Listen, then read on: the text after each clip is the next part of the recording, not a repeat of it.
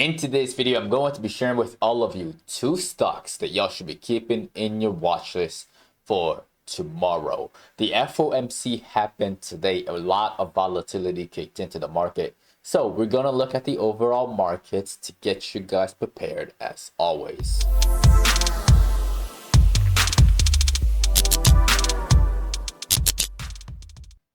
Y'all, let's dive into the charts right off the bat. We got QQQ over here.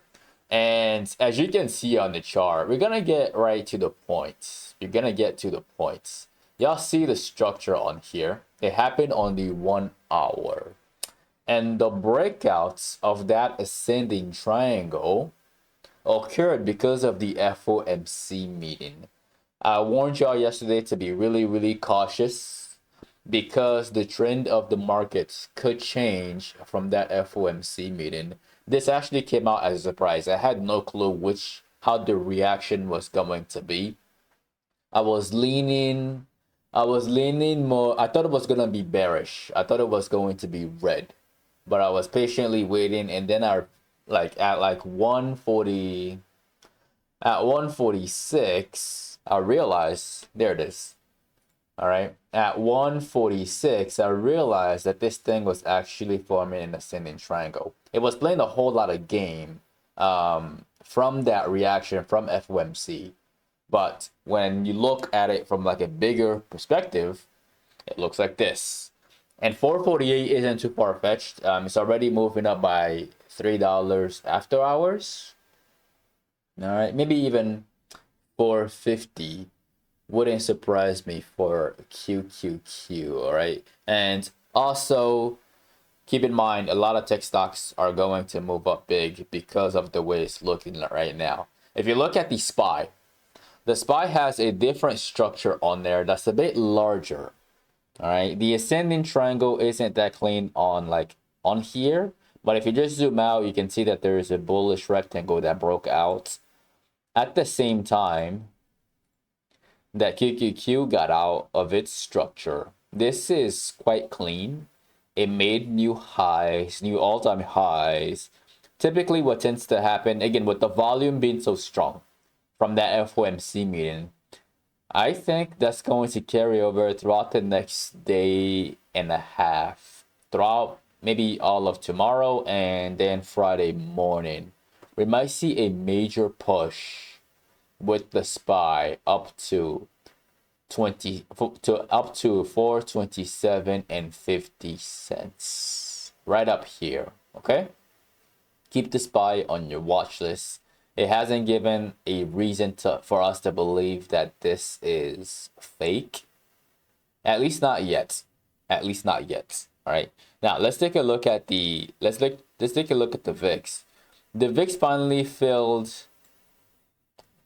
It almost filled the gap down here at 13.95. It got 10 more cents to go. I think it's going to do it in the morning, and then it's gonna flatline at around $12 before it turns around for the next sell-off. Support on here is way down here at exactly $12.40. That's support. All right, so we'll see how long it takes to start curling back around. And when it does curl back around, I'll make another video to get you guys updated as always. Now, the first stock that y'all should be keeping in your watch list for tomorrow, that stock is MS.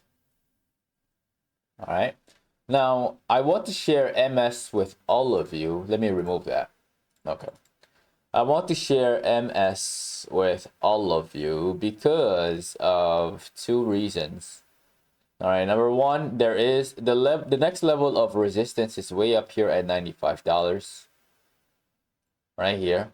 All right, we're going to dive into the charts. We're going to zoom in on the 4-hour chart.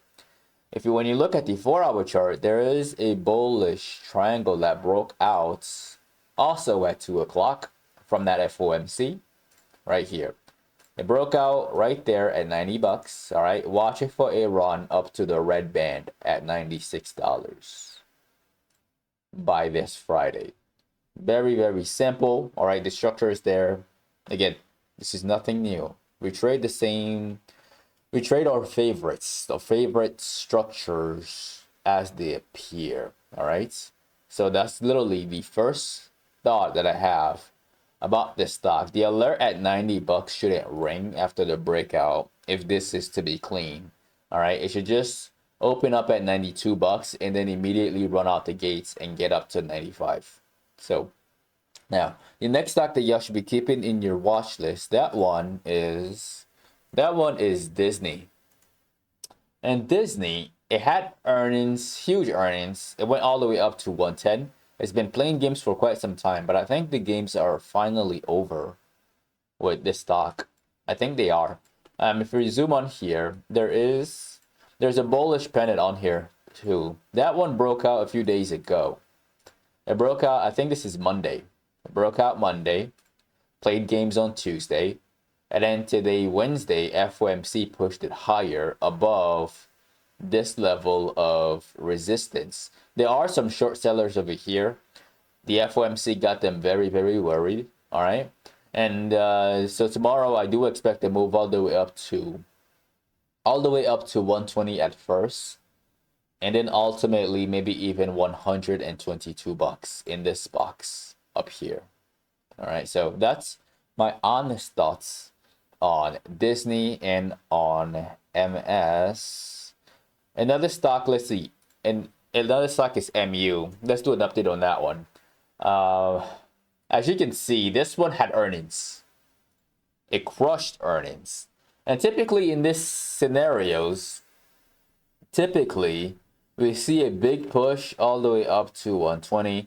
What I want to see is the stock just chill sideways here and open up at around 111. All right. And remember, the first 5 minutes is key.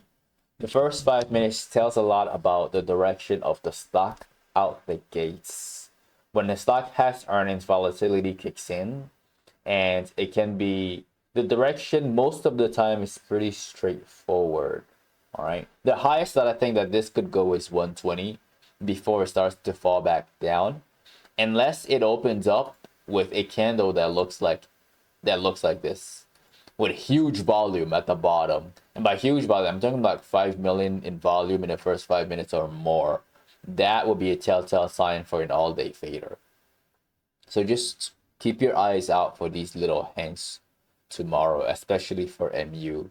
A quick update on Tesla. Tesla is pushed now in after hours. It kind of have this on here. I think it's a little sus. It's not the cleanest structure that I've ever seen. It's not the cleanest at all. But it has the potential to make a move up to where these individuals are at 183. It has the potential to get up there because I expect the spot to get up to 527 and for QQQ to get up to 450. Tesla is going to follow that also. So keep that one in mind. This one is making a reversal towards the red band. Now, the last stock that I'm going to do an update on is Wells Fargo. Yesterday, I mentioned Wells Fargo for you guys. And most of the move on this bank stock happened during the nights.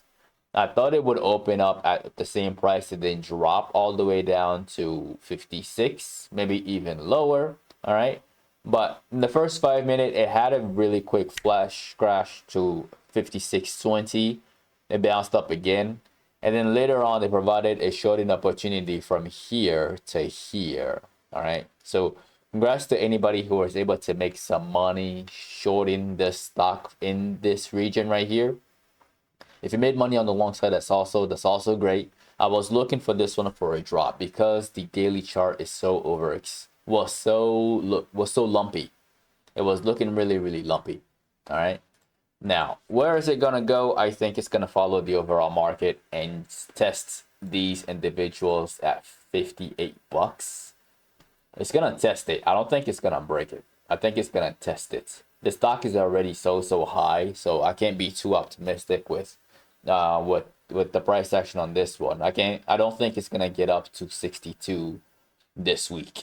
It has to form a new structure and give us new hints in order for me to tell you guys that in another video. So that's my honest thoughts on all of these stocks, and that is the end of the video. Do not forget to annihilate the like button. As always, remember, I make these videos from Sunday to Thursday at exactly 10 p.m. Central Time. This video is a little bit late. I know. I got home late. So definitely click on that subscribe button and click on that notification bell. That way YouTube notifies you whenever I release these videos. If you'd like to be part of a private Discord community, we can get all of this information in real time as I see them. You can find that as the first link in the description of the video below. Don't forget to follow my social media at Paul and Guma at Patternology Lab on Instagram and on X. And lastly, to get some free stocks with Webull, you can use the third link in the description of the video below. Once again, ladies and gentlemen, this is Patternology Lab, where we trade patterns and patterns only. And I will see all of you in the next video.